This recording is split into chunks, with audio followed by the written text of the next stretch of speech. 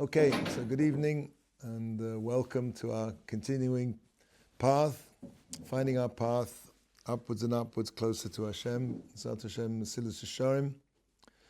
We're talking about the idea of the elements of what's called Chassidus, piety, going beyond the letter of the law. As we said in previous weeks, this really divides into three areas. What consists of Chassidus, how you carry out these actions of Chassidus, and what's the kavanah behind them. As we put it, the what, the how, and the why. We're in the middle of the how. What's the manner in which you perform these acts of mitzvahs and raise them up to that which is beyond the normal, the required level to achieve this idea of saintliness, of Chassidus, of piety. And we spoke last week about the idea of Cain and Hevel, Hevel, who was brought the best of the flocks, and Hashem accepted his offerings, and his brother Cain brought fruits, but they were the rejects, they were B grade, and Hashem rejected it. Now you could still say, well, it's still an offering, but the sort of offering that you bring really shows very much about your attitude to the person or who you're bringing it to. If you're bringing a present to a king, as we saw last week, or an important state governor, you bring the best quality, because bringing sub-quality, B-grade fruit or whatever it is, really is in a way, it's a big insult than not bringing anything. Because when we compare Hashem's loftiness with our lowliness, surely we must do everything that we can on the best possible level, because we're starting off, so to speak, on who are we to in the first place bring an offering to Hashem? And so therefore, if it is something that we want to bring, it must be something of the very, very best that we can manage. And anything less than that is really an insult. There's a lovely story about Shalom Shvadron, who was a big Magid, somebody who used to go around inspiring people. And there's a story that apparently on Erev Yom Tov, a poor person knocked on his door.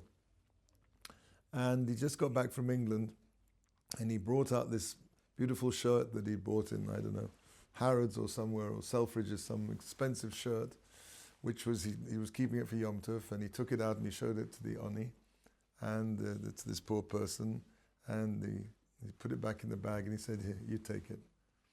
So when he'd left, his children said, "But Tati, why did you do that? If you didn't have any money, at least give him one of your other shirts. Why give him your best shirt?" He said, he brought out a Rambam, and he said that he read them a passage that said, if you're going to clothe the naked, he should clothe them with the finest of his clothing, because all of the best should be given to Hashem. So the mitzvah of tzedakah is you do it the best possible way. You don't just say, well, he's a pauper anyway, so this least of my shirts is probably better than anything that he's ever had. No, if you're honoring Hashem by doing his mitzvahs, then you have to do it in the best possible way.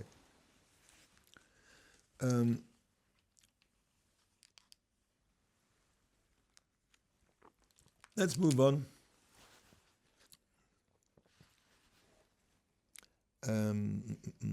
V'oima v'oro noichel yeshva edra v'chol noide v'zovech v'shachas l'Hashem ki melech gadol ani. So it says about someone who brings inferior animals as offerings to Hashem, and Malachi, cursed be a charlatan, like a criminal who has a superior ram in his flock, but he says a neder, I'm going to bring Hashem an animal, and he brings something which is blemished. He has much better than that. You can't do that. I am a great king, says Hashem, master of legions, Keltz of Hakois, and my name is awe-inspiring among the nations. So another way that a person has to be very careful. For example, if you're holding a Sefer Torah, the Mishnah Berurah says that you can touch the handles of a Sefer Torah, but it's a rather frightening thing that it says that Kol ha'ochei Sefer Torah oroim, nikba orom. Anybody who holds a Sefer Torah naked, meaning that he touches so to speak, the parchment of the Sefer Torah, he will be buried naked. Now, if you look at the Gemara there, and it doesn't mean that quite literally. What it really means is as I said, the Mishnah Berurah says you can touch the poles of a Sefer Torah for sure, do Hagba. What it means is that when he'll be buried bereft of this mitzvah, he will be, so to speak, naked of this particular mitzvah that he was performing while touching the Sefer Torah. In other words, let's say you were studying, learning Torah from a Sefer Torah. So if you were touching the Sefer Torah, the parchment itself, at the time you were learning, then you would lose the mitzvah of Talmud Torah. It would be stripped from you, so to speak. Another example of this, of proper reference for mitzvahs, is when we're talking about Bikurim. Now, Bikurim, that is a ceremony of bringing the first fruits up to Yerushalayim.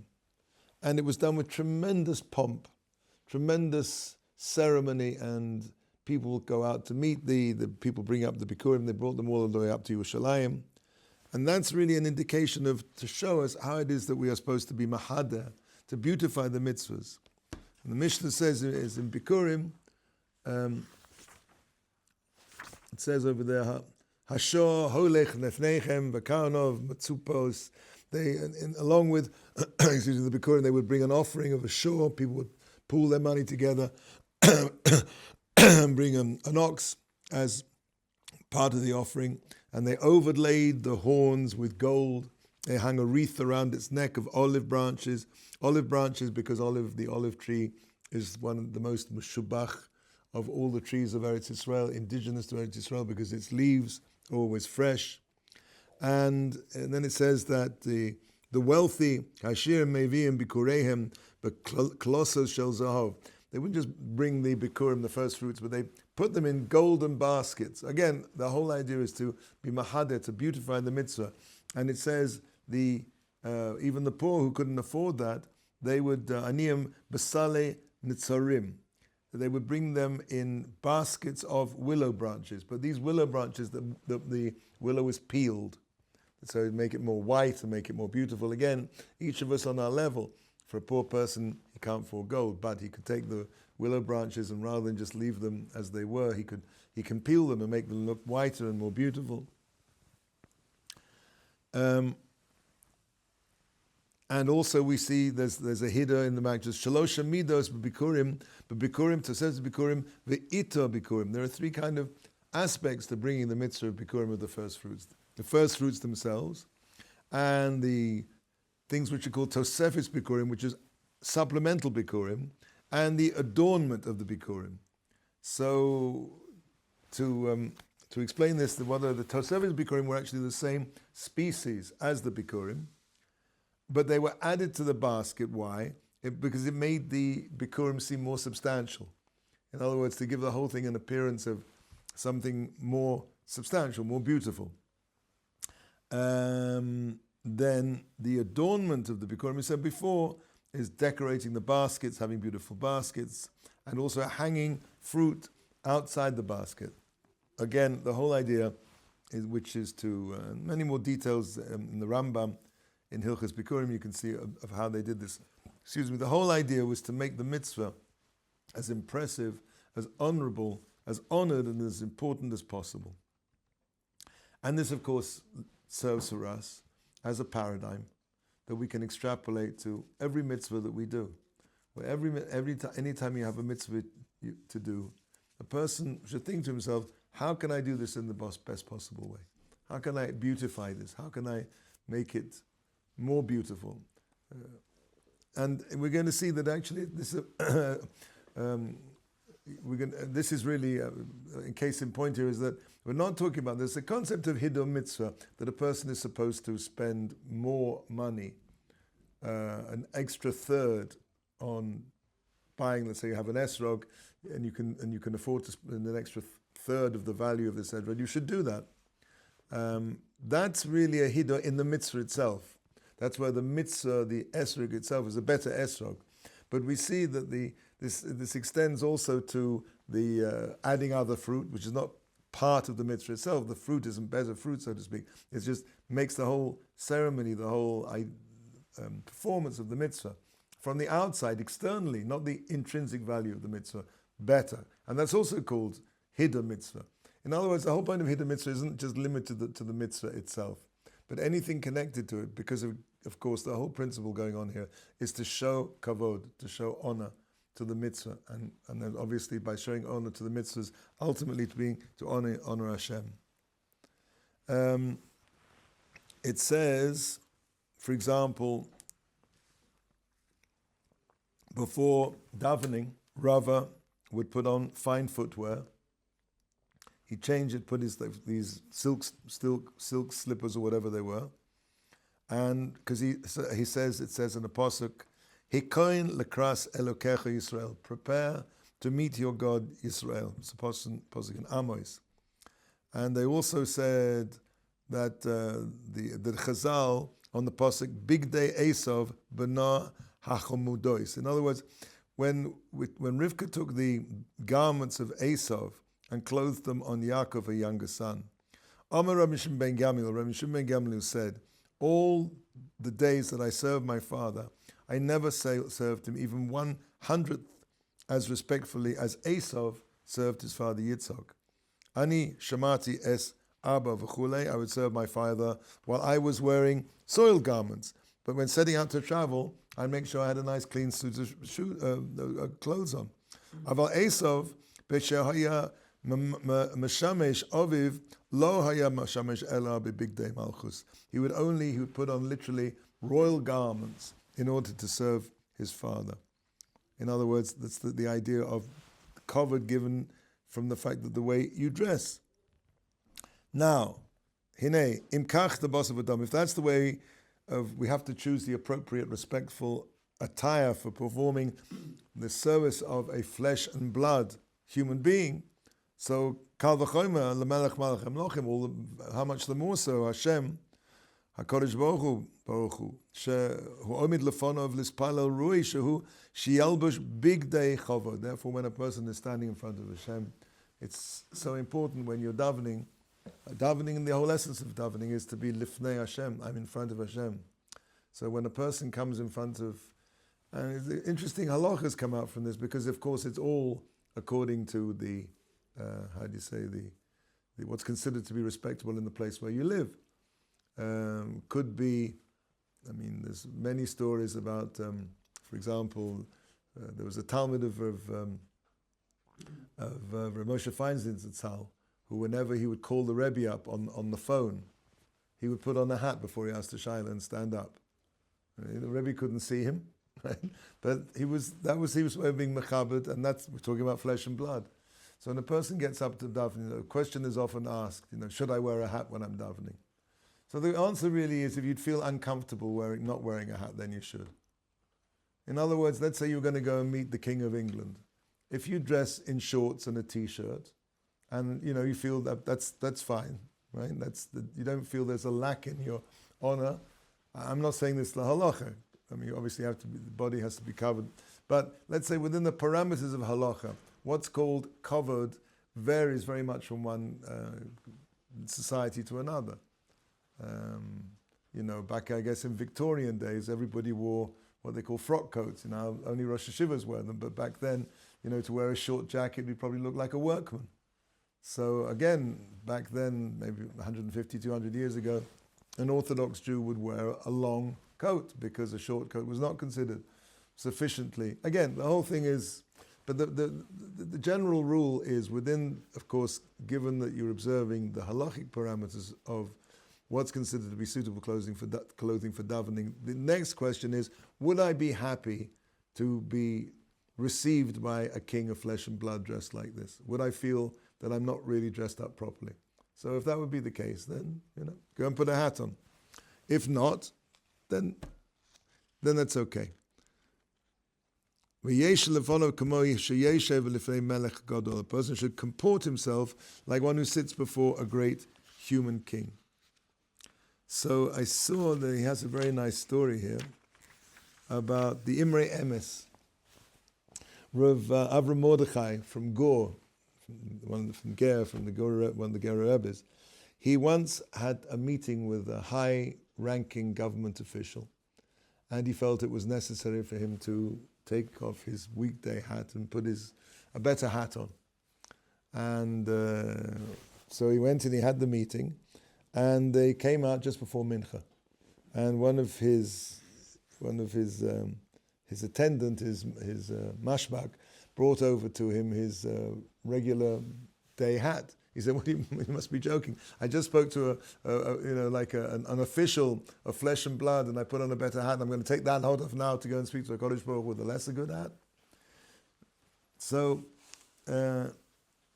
all these have the same theme. Now let's carry on and talk about honoring Shabbos and Yom Tov. There's it says about Shabbos, v'chibadato, and you should honor it. V'chein shekava his ames lonu shekavodo mitzvah. We've already known that the honoring of Shabbos is part of the mitzvah. It's not just a question of not driving cars, not turning on lights, not doing malacha, but there's the making Shabbos an important part of that is to honor Shabbos.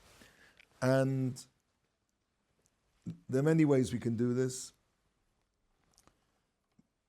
Anything we can think of to honor Shabbos, we should do. Really, as we said before about other mitzvahs. And here again he says the same idea, that even preparation for Shabbos is something that is considered to be hiddur mitzvah, even though it's not the mitzvah itself. For example, there's a famous Gemara at the beginning of, first of all, let's see, he says, it brings some other ideas. Rav Safra, Rabbi Abau, Haya Yosef, Ba'ataktecha,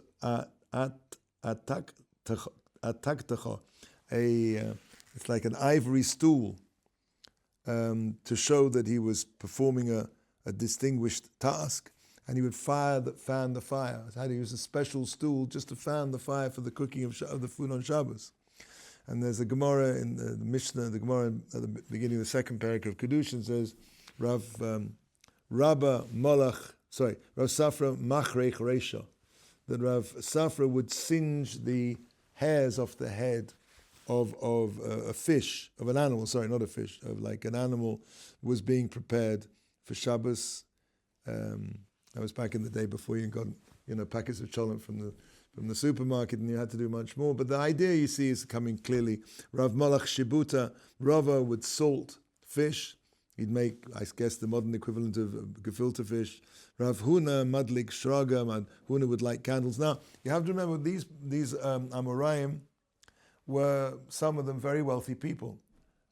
And they could have done these things themselves. The honor, so to speak, for Shabbos, in terms of what was done, would be the same thing. The fish would be salted, the head would be singed, whatever it would be. The fact of the matter is that they did it themselves. Now the Gemara has, Mishnah and the Gemara at the beginning of Parak Beis of Kedushin learns a tremendous principle, mitzvah yoseh bo b'mishluchoi, that it's better, and what better means, you have to see over there, it's better to do a mitzvah by yourself than to send an agent, a shliach, to do it. But in our particular case over here, when we're talking about covered, that's very clear, that's obvious. When a person does something himself, as Avram Avinu got up and himself, he prepared food for the what he thought were these travelers, he didn't send somebody to do it. The essence of covered is to do something as much as possible by yourself, because that shows more honor. Okay, so you let Rav Papa would twist the wicks of Shabbos candles, Rav Chisda would mince beets, Rabba and Rav Yosef would split the wood. Many examples here. Rav Nachman would lift up bundles of wood and shoulder them and bring them in and lift up the bundles that were cluttering up his living room to make room for the bundles of the wood for the fire. And Omar, he said, Ilu, Makalin li Rabbi Abi Vabasi, Mi lo Makat Feino, Kamaisa. He said, if Chachamim, Rav Ami and Rav Asi were come and visit me, would I not lift up and carry bundles on my shoulder for their sake? So surely when it comes to Shabbos, the same idea. Now, in fact, Rav Nachman would actually, it's an interesting thing, he would, and point of fact, this is the way we talk about Shabbos as a person, as an entity. We talk about being likrat Shabbat, to welcome Shabbos. Shabbat Malkasa, Shabbos the Queen.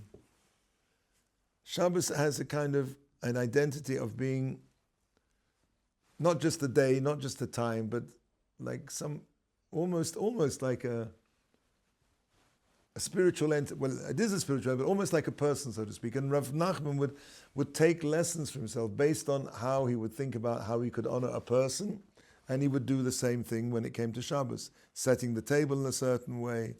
Exactly do the same thing for Shabbos. And as that it says in Brachos, that it says that a person should have his eyes open, resourceful, when he's thinking about the Yiras Hashem. A person needs to spend time thinking out how he's going to honor Shabbos. I remember Rav Leib Kellerman, he once had a beautiful idea many years ago.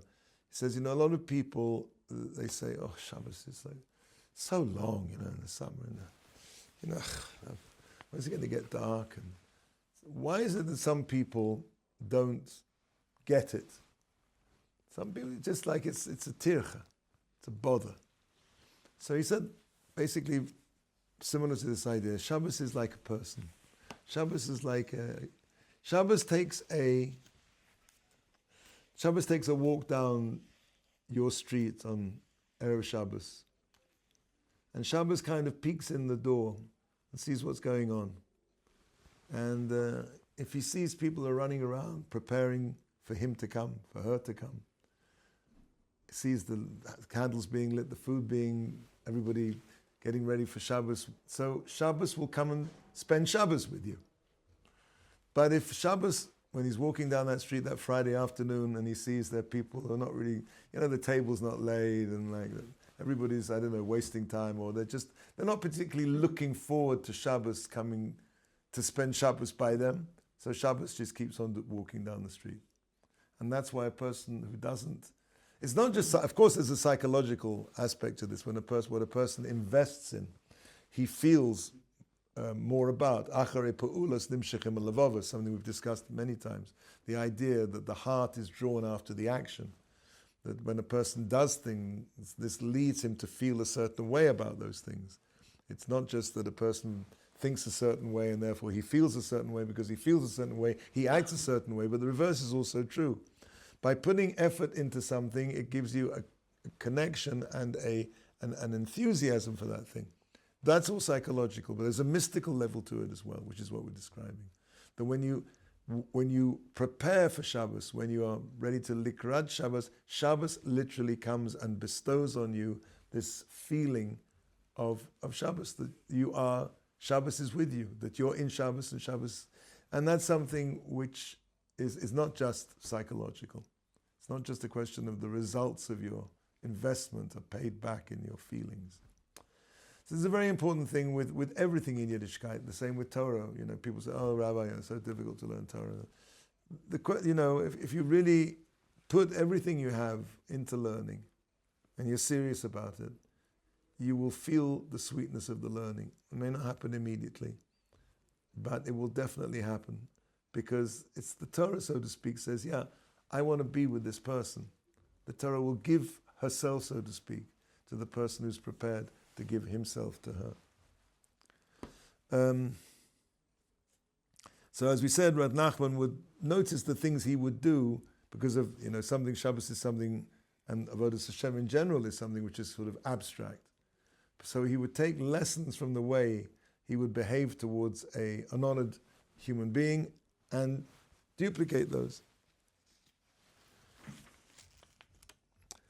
As we said, so a person should mechadesh hamitzvot nachas ruach liyotztrom. The whole idea is to extrapolate from one thing to another, as Rav Nachman did, and to devise innovations, because the whole point is that I want to give nachas ruach, so to speak, satisfaction to HaKadosh Baruch Hu in all the ways I can, and to demonstrate the more I mechabed HaKadosh Baruch Hu and His mitzvahs, the more that shows my feelings of gratitude and how much I have to say thank you to Hashem. That it's not, I don't deserve it. Zalom magiyali. And that brings to a state, so to speak, of how much Hashem is over us. Okay. And he goes on to say, Ashal ken kol ma sheyis yaches lo ziyeh nichbod aleinu b'chuvod gadol. Anything that we see as honor, we should try and do that for Hashem through doing His mitzvahs in that way. V'chivin shu yizbarach b'tuva hagadol im kol shlifluseinu rotza b'amnoseinu l'chal lachloik lonu kavod limsor lonu divrei kedushosoi. We see that Hashem, for all His incredible loftiness, but in His great goodness, He, compared with our tremendous lowliness, nevertheless, He wants in His great humility to apportion to us honor and to give over to us matters, things of His holiness. To share that, so to speak, to allow us to partake of that.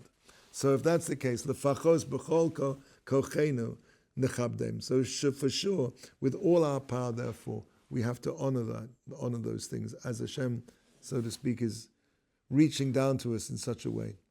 V'nareh hayaka asher lehem etzleinu, and to demonstrate the tremendous value that we feel about the mitzvahs.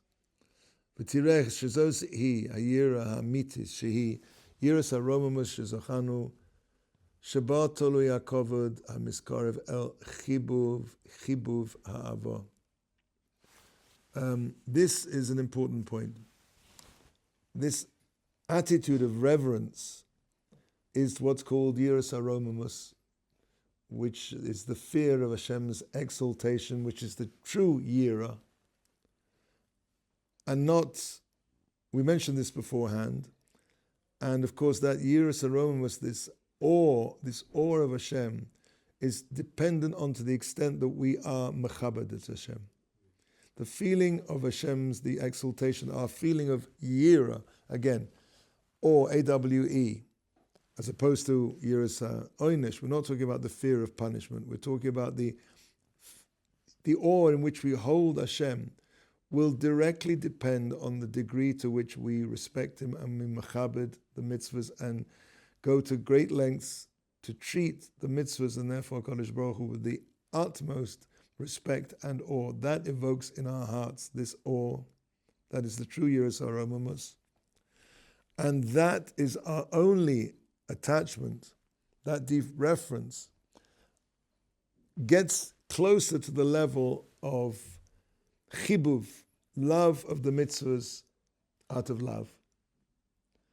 The yira, as we said before, the yiras haromamus has to come first. Awe precedes love. And love, true love, real love for Hashem cannot come unless it comes through this channel of awe. On Kamosha Echtoiv Oid, I'm going yet to write, Besat Hashem, Besat Dishmaya, Masha Ein Ken Yiras Oynish, as we said before, this is not connected with the fear of punishment. That's not the optimum fear. Now, as we said before, of course, Yiras Oynish is a stepping stone. A person who thinks that he can have true awe of Hashem without fearing Hashem in the literal sense of being scared of Hashem is fooling himself. No true awe can be actualized unless a person realizes with whom he's dealing. If a person understands that Hashem is powerful to the extent that he can hurt me, he can punish me. I'm totally in my life, everything is in His grasp.